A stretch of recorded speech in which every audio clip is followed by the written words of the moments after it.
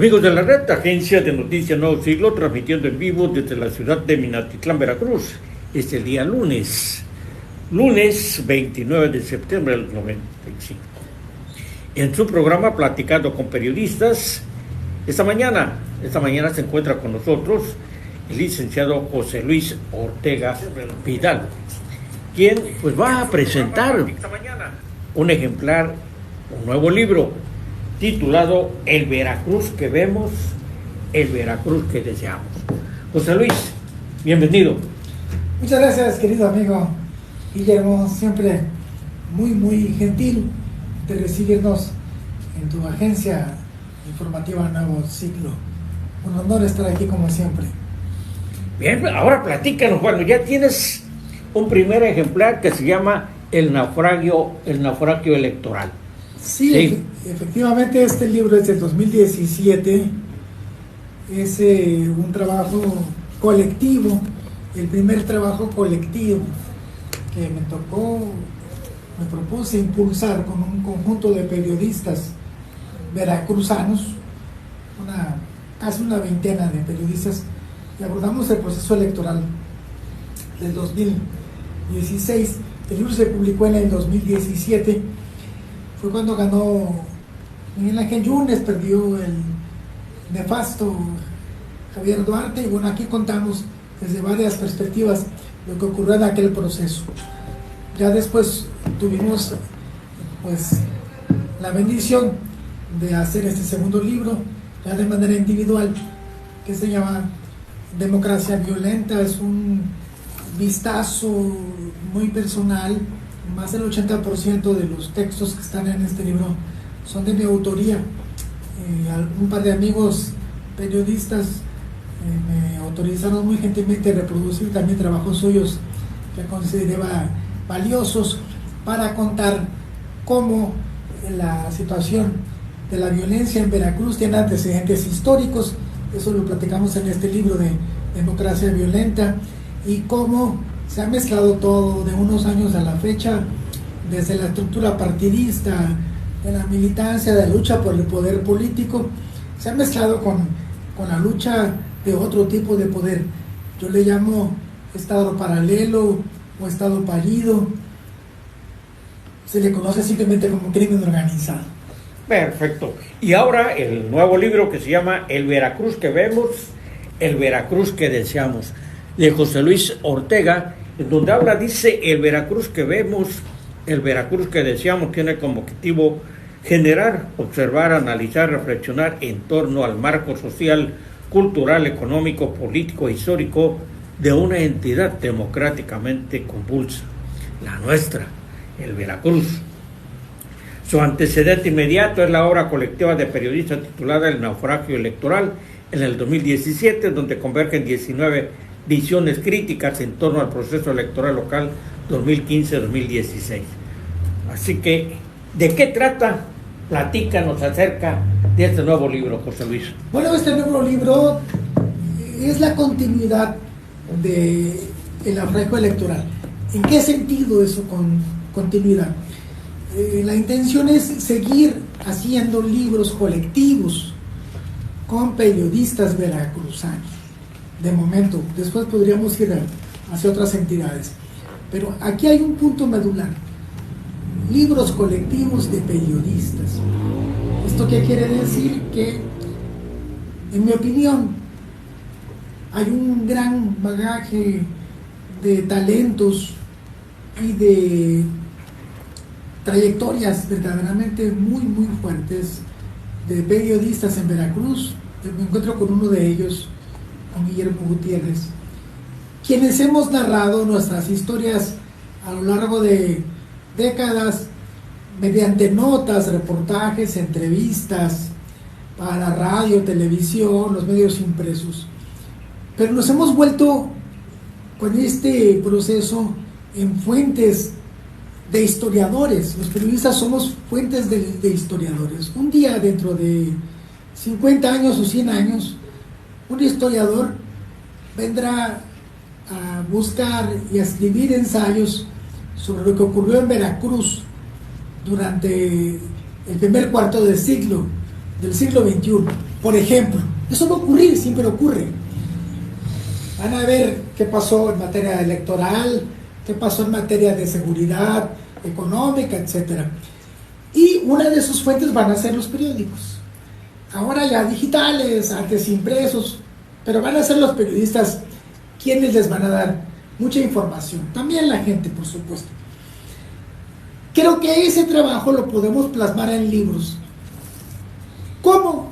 Hurgando nosotros mismos en nuestro trabajo, sometiéndolo a una metodología básica de redacción, con los géneros que manejamos como periodistas, pero también apoyándonos en académicos como lo hacemos en este libro. Aquí hay trabajo de periodistas y hay trabajo de académicos, doctorados, varios doctorados de varias universidades. Universidad Veracruzana, Universidad de Quebec en Canadá, Universidad Iberoamericana, la Ibero, famosa. Gente de nivel doctorado participa junto con periodistas y lanzamos un asomo al Veracruz que vemos y narramos lo que en nuestra opinión es el Veracruz que deseamos ver. Lo hacemos a través de varias temáticas.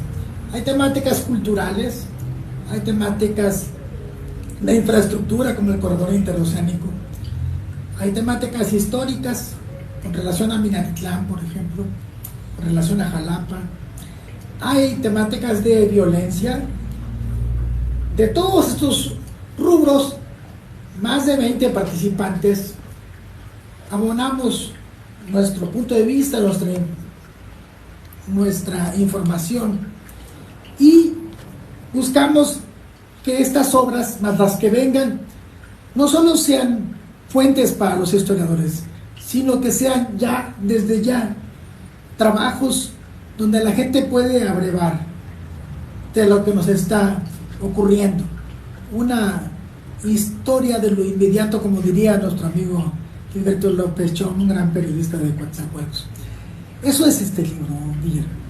Muy bien, tu opinión ahora, vamos, ya después de haber dado a conocer este nuevo ejemplar, los invitamos para que lo adquieran. De esta manera pues apoyamos el trabajo editorial, el trabajo periodístico de este grupo de compañeros que hacen este libro. José Luis, el tema, los últimos momentos políticos del país, ¿cómo los vislumbras? Yo estoy preocupado, Guillermo, porque como ciudadano, como padre de familia, estoy preocupado por lo que leo, por lo que veo. Acabo de leer ayer un artículo que me pareció muy, muy emblemático, que publicó el Universal. Algunas ideas que yo he tratado de transmitir en mis artículos, lo converso con amigos como tú, pero un articulista lo publicó ayer en el Universal de manera muy resumida. Él planteaba qué nos falló en la transición democrática. Y en un resumen él plantea: el priismo durante 70 años fundó instituciones. Muchas de ellas se consolidaron de manera muy positiva. Durante muchos años, por ejemplo, el Instituto Mexicano del Seguro Social sí funcionó. Hubo una época en que sí funcionó, por ejemplo. Hubo una época en que la Secretaría de Educación Pública sí funcionó. Y esas instituciones son un legado del Estado, cuando gobernaba el PRI. No son un legado del PRI, aclaremos. Son un legado del Estado mexicano, post-revolucionario. La revolución, después vienen varios periodos post-revolucionarios hasta que el país va entrando a una dinámica de vida institucional con Miguel Alemán, el primer presidente civil, Lázaro Cárdenas, el penúltimo, después sería Madre Ávila Camacho, el último general en el poder. Pero en el caso de Lázaro Cárdenas, nos da el legado de la expropiación petrolera. Otra institución, Pemex, que hubo un momento en que sí funcionó. Entonces hubo cosas que funcionaron durante esta época. ¿Qué nos quedó a deber el PRI? Este articulista que mencionó, y coincido con él, plantea que el PRI lo que nos dejó de ver fue la democracia en primer lugar. Fue un partido monopólico, un sistema donde una élite mandaba, y la única forma que tenías de acceder al poder era a través de ese partido. No había manera de ser oposición, porque si eras oposición no accedías, y si eras oposición radical te mataban. Punto. Pues. Hubo represión.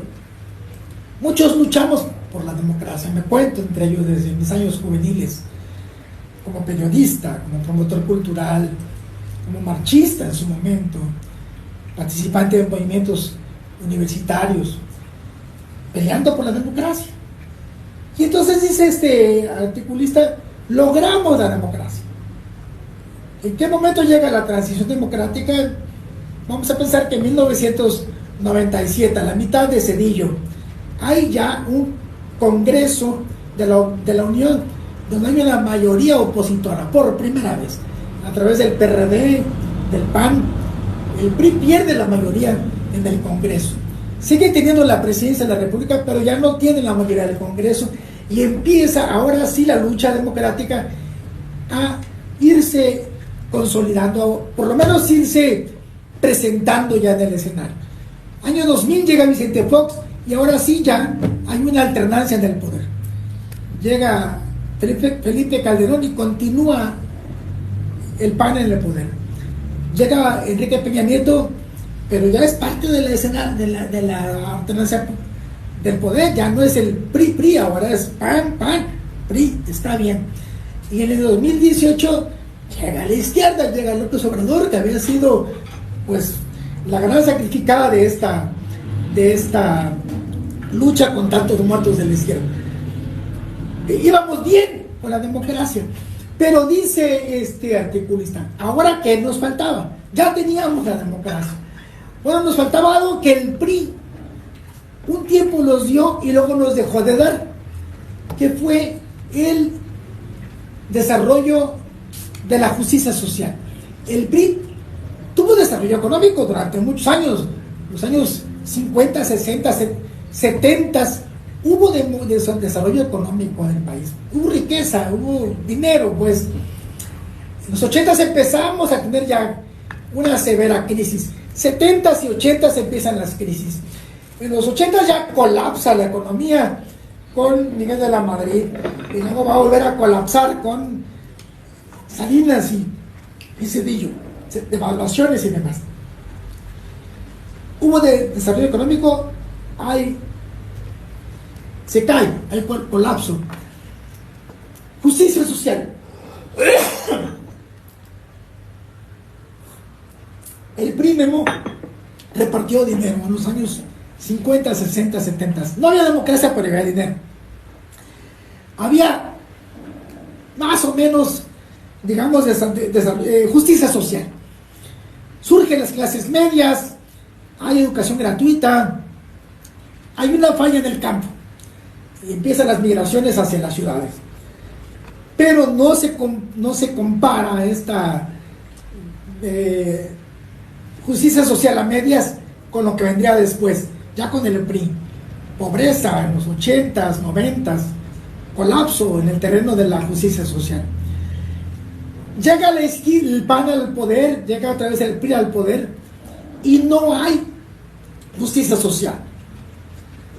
Hay manejo, digamos, de la macroeconomía con relativa eficacia, con relativa ineficacia, el famoso modelo del neoliberalismo, etcétera, ¿no? Pero sí quisiera ver justicia social. Llega a la izquierda, y aquí es donde viene mi preocupación. En resumen, llega a la izquierda hace 7 años. ¿Qué está pasando con la izquierda? Veo a una izquierda en el poder, veo a una Morena en el poder, veo a López Obrador y veo a Claudia desarmando la democracia. Están desbaratando la democracia. Esta democracia que llega en 1997, hoy en el 2025 se está desbaratando. Al Poder Judicial lo desbarataron y llegó una nueva clase política al Poder Judicial a través de los acordeones. Eso no es democrático. Llega una clase política con un inmenso poder al Congreso de la Unión, donde el presidente de Senado es inamovible. El gobernador que contrató a Hernán Bermúdez Requena en Tabasco y lo hizo secretario de Seguridad Pública, le dejó miles de muertos a Tabasco. Y a ese senador no lo pueden mover, porque hay un presidente, expresidente desde Palenque, que lo está protegiendo. Y la presidenta Claudia Sheinbaum, aunque lo quiera mover, no lo puede mover. Ahí no hay democracia y no hay equilibrio de poder. Me dirán, si hay equilibrio porque el senador es senador y la presidenta es la presidenta y no se mete poder con poder. No es cierto. Claudia lo quiere mover y no lo puede mover porque hay un poder que está en Palenque. Número uno. Número dos, hay suficientes elementos para, por lo menos, decirle a Adán Augusto, hasta un lado mientras te investigan. Por lo menos. Deja la presidencia del Senado mientras te investigan. Ahora debe impuestos por más de 79 millones de pesos que recibió. Cuando era secretario de Gobernación, hacía negocios con empresas que recibían a su vez contratos de la Cuarta Transformación. Entonces, estamos desbaratando la democracia que habíamos logrado y mantenemos un factor que nunca se perdió con el PRI, un factor que nunca se perdió con el PAN, un factor que nunca se perdió con el regreso del PRI y un factor que sigue vigente con Morena. Se llama corrupción. Siempre hubo corrupción, hay corrupción hoy, Guillermo. Y todo esto me falta todavía, pero paramos en este momento. Me falta el tema de la violencia, pero todo esto que te acabo de narrar es el país que veo y el país que me preocupa. Hay algo importante, José Luis, hablas de la izquierda, una Morena que realmente no es izquierda porque está conformada por líderes que estuvieron en el PRI, líderes que estuvieron en el PAN y que en un momento dado, cuando vieron este movimiento de regeneración nacional, van y se refugian. Pero hablas de algo importantísimo, corrupción. No se puede combatir la corrupción cuando dentro del movimiento hay gente corrupta y que ellos mismos señalaron, en su momento acusaron, señalaban, denunciaban, acosaban prácticamente a través de los medios de comunicación. Y hoy prácticamente un lema muy importante, lo que decía el presidente de la República: toda acción corrupta tiene el visto bueno del presidente. No es posible que él no lo sepa. Lo que siempre le achacaban a Felipe con el caso de Genaro Luna, ¿no? Entonces ellos mismos les está cayendo lo que escupieron. Sí, exactamente. Quiero ser también honesto. Veo en Morena un gran logro y lo aplaudo. Bien, ¿qué les reconozco? Aumento del salario mínimo, programas de bienestar. Bien por esos dos programas. Son la cátedra que les dio Morena a los partidos que estuvieron en el poder anterior. Sí se podía aumentar el salario mínimo, se puede, sin que golpee la inflación. Y sí hay recursos suficientes en el Estado para repartir a la gente y combatir la pobreza. Bien por eso. Aclaro, estos dos rubros van ligados a un tema económico, macroeconómico y microeconómico, que es el crecimiento económico. El crecimiento, es decir, para que el Estado pueda sostener estos programas necesita tener ingresos. Y si no hay inversiones suficientes, esos ingresos están en riesgo. Pero eso ya es otro tema. Efectivamente, Guillermo, volviendo al tema que planteas, es cierto, tuvimos un presidente, López Obrador, un líder, vaya, histórico, para que no haya nazca otro líder con sus características. Es difícil, nacen de vez en cuando, muy en la historia. Pero como todo ser humano, con sus cualidades, también tiene sus defectos. Y uno de ellos fue hablar de más, decir muchas cosas que en la realidad se las iba a arrojar en el rostro, y esto que mencionas es una de ellas.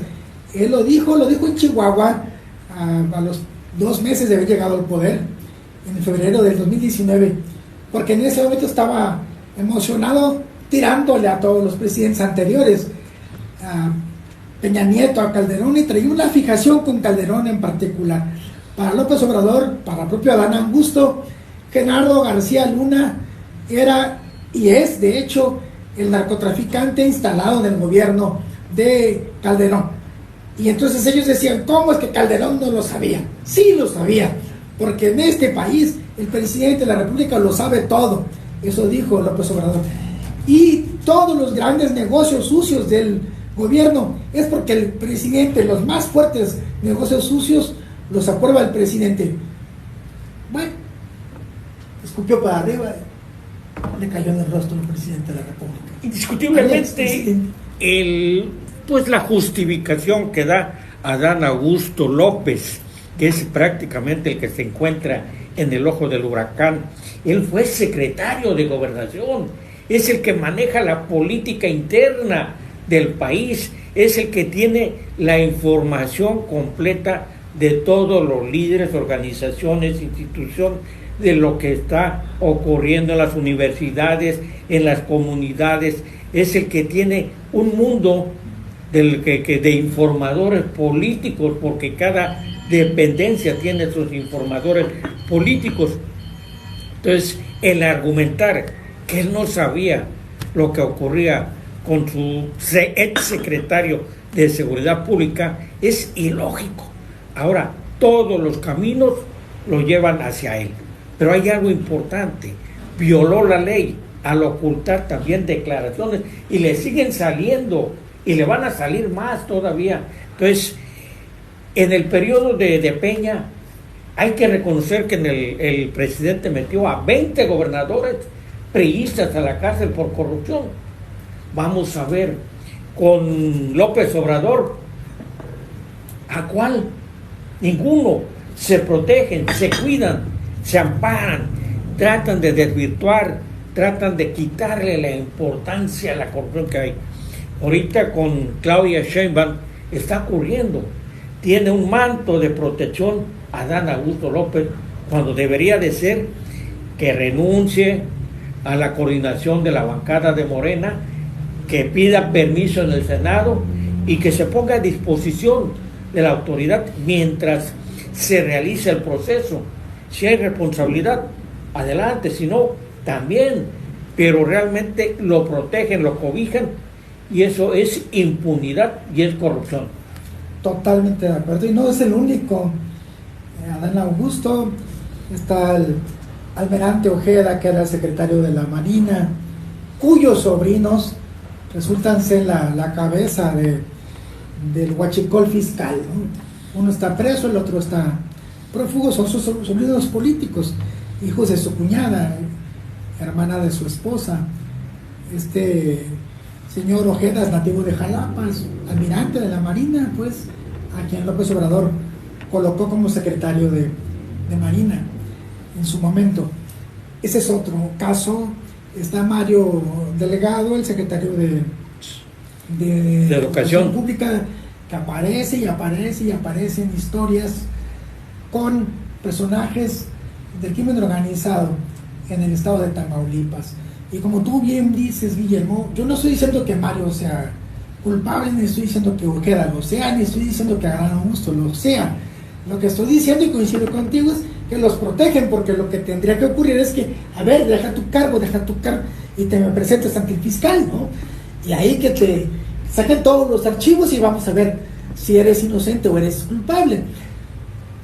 Pero no, los protegen, y así como ellos, a muchísimos más políticos, ¿no? Otra cosa que a lo mejor coincides conmigo, José Luis, es el hecho de que todo esto que estamos descubriendo del huachicol fiscal, del caso de Requena, de muchos actos de corrupción en algunas entidades, es debido a la presión que sostiene Estados Unidos hacia el gobierno mexicano para combatir lo que es él la ha llamado el terrorismo, que son los cárteles.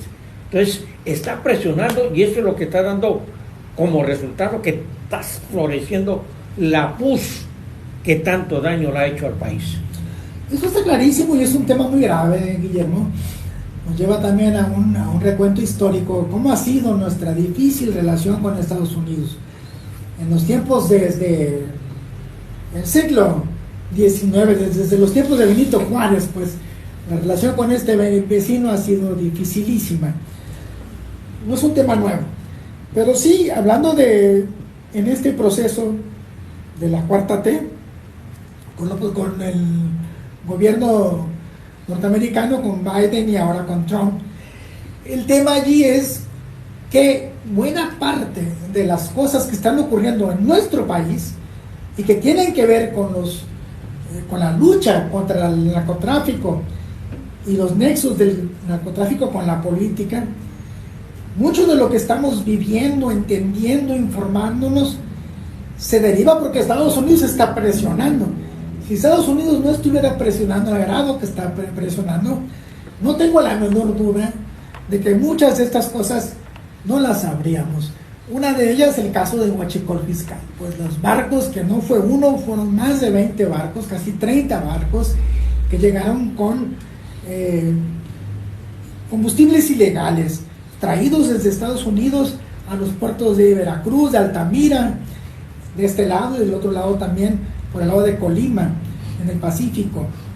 Caray, el secretario de la Marina, sus dos sobrinos, como toda la confianza y todo el poder del mundo, las aduanas. Acabas de tocar lo que te iba a decir, aduanas. El presidente de la República, Andrés Manuel López Obrador, tuvo conocimiento, de acuerdo a las declaraciones que hizo Ricardo Agüed hace unos días en Jalapa, en donde decía que él denunció y se castigó ese tema también de los barcos. O sea, otra declaración más en donde se manifiesta que el conflicto, la corrupción existente se había denunciado. Hay una fotografía donde está Agüed con el presidente de la República. El presidente de la República lo llama, él era senador, lo habíamos elegido senador junto con Rocío Nale. Rocío Nale se va a la Secretaría de Energía para construir Dos Bocas, y Ricardo Agüed se queda como senador. Entra la suplente de Rocío Nale, teníamos dos senadores. Pero López Obrador le dice: oye, Agüed, vente y quiero que te veas de administrador de aduanas. Se va como administrador de aduanas, y en un año, casi un año que estuvo allí, se da cuenta de que aquello estaba verdaderamente podrido y muy riesgoso, muy peligroso para él. Renuncia, y él, como bien dices, declara. Yo acabo de escribir un claroscuro donde hago esa narrativa, donde él declara que él le va a decir al presidente que no quiere estar en la aduana, le entrega su renuncia, y aclara a Agüed: pero yo denuncié, presenté denuncias, hubo detenidos, encontramos un barco con huachicol fiscal en Altamira, luego vino a querer desembarcar en Veracruz ese barco, le cobramos los impuestos que no quería pagar, traía aceites en lugar de petróleo, y ya se hace a un lado asunto de la fiscalía, no es asunto suyo. Eso ocurrió desde el 2020. Efectivamente, esto demuestra que se dejó seguir corriendo los casos de corrupción en las aduanas con el famoso huachicol fiscal, la entrada de embarcaciones, complicando, embarrando, ensuciando a instituciones, como en el caso de Marina, que Marina era una de las pocas instituciones que realmente tenían un prestigio, un nombre de respeto. Los mexicanos lo veíamos así, como una institución de respeto, y hoy esa imagen está manchada. Y esa mancha es huachicol fiscal. Sí, fue en el 2022 lo de Agüed, cuando ya renuncia a la Marina y se viene ya como salida política a jugar por segunda vez por la alcaldía de Jalapa. Participan 24 en esta elección y gana, ¿no? Y ya luego lo jala Rocío Nale para secretario de gobierno, etcétera. Pero bueno, aquí como bien dices, Guillermo, el punto es, no tenía el nivel Agüed del secretario de gobernación, tampoco el nivel de la Secretaría de Hacienda o del SAT, el sistema de administración tributaria del cual dependen las aduanas. Estaban 3 o 4 figuras antes de él con el presidente de la República, pero él tenía acceso con el presidente de la República. Él tenía acceso porque era un senador con licencia y era un hombre de confianza de López Obrador, y se lo dijo. Así que eso de que no sabía, ¿qué pasó, presidente? Se le respeta, pero pues no nos falta el respeto a la inteligencia. Claro que sabía, ¿no? Indiscutiblemente, tenemos que reconocer, yo lo reconozco, López Obrador es un líder de masas, es un líder que logró convencer a millones de mexicanos, pero con una política de mentira. La mentira de primero el pueblo, trabajar para el pueblo, y para mí es utilizar al pueblo y seguir utilizando al pueblo, porque quien quiere al pueblo no lo llama solo vinos. Quien quiere al pueblo no hubiesen actuado con tanta corrupción, de que era lo que el pueblo mexicano quería, un cambio. En la votación arrasadora que tuvo López Obrador es precisamente por eso, porque los mexicanos estábamos cansados de la corrupción del PRI, la corrupción del PAN, pero lamentablemente sigue, y con otros personajes que de la noche a la mañana han amasado una fortuna que no se acaban varias generaciones de eso. Pero en fin, pues José Luis, nos vamos. Muchas gracias, mi querido Memo. Rápidamente, el libro tiene un costo de 300 pesos, lo puede adquirir de manera personal conmigo. Si usted se lo solicita, mi querido amigo Guillermo, también por aquí podemos dejar ejemplares. Le quiero dar un agradecimiento a mis amigos, el contador Renato Vázquez Chagoya y el escritor Luis Chávez Fósil, quienes participan en este libro. Son 2 plumas minatitlecas que participan en este proyecto. Ellos también podrán hacer contacto para adquirir el libro. Yo les voy a entregar pronto su respectivo ejemplar. Hicimos un tiraje pequeño, es una edición